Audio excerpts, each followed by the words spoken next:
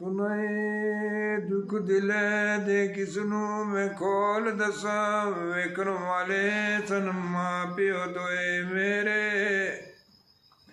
ਇਹ ਮਾਂ ਪਿਓ ਮੋਏ ਤੇ ਦੁਖੀਆਂ ਵੇਖ ਮੈਨੂੰ। ਬਾਕੀ ਲੋਕ ਨਹੀਂ ਕੋਲ ਖਲੋਏ ਮੇਰੇ। ਇਹ ਦੇਸੋਂ ਕੱਢ ਕੇ ਰੱਬ ਪਰਦੇਸ ਸਟਿਆ।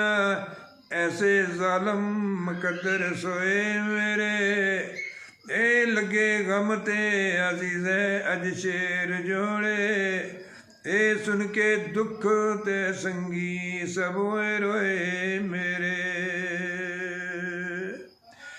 ਇਹ ਮੇਰੀਆਂ ਦੁੱਖਾਂ ਨੂੰ ਨਹੀਂ ਨਾ ਕੋਈ ਸਮਝ ਸਕਿਆ। ਇਹ ਕਿਹੜੀ ਗੱਲ ਦਾ ਲੱਗਾ ਇਹ ਦੁੱਖ ਮੈਨੂੰ। ਜਿਨ੍ਹਾਂ ਨਾਲ ਸਨ ਸੁਖ ਤੇ ਚੈਨ ਮੇਰੇ। ਉਹ ਤੇ ਪਰਤ ਨਹੀਂ ਦੱਸਦੇ ਹੁਣ ਮੁਖ ਮੈਨੂੰ। ਇਹ ਰੁੜਦਾ ਰਵਾਂ ਡੂੰਘੇ ਦਰਿਆ ਅੰਦਰ। ਅੱਤਾਂ ਵਿੱਚ ਨਹੀਂ ਨਾ ਆਮਦੇ ਰੁੱਖ ਮੈਨੂੰ। ਇਹ ਦੁੱਖ ਰੋੜ ਖੁਦਾਇਆ ਅਜ਼ੀਜ਼ ਵਾਲੇ। ਤੇ ਆਪਣੇ ਫਜ਼ਲ ਦੀ ਵਿਖਾ ਦੇ ਸੁੱਖ ਮੈਨੂੰ।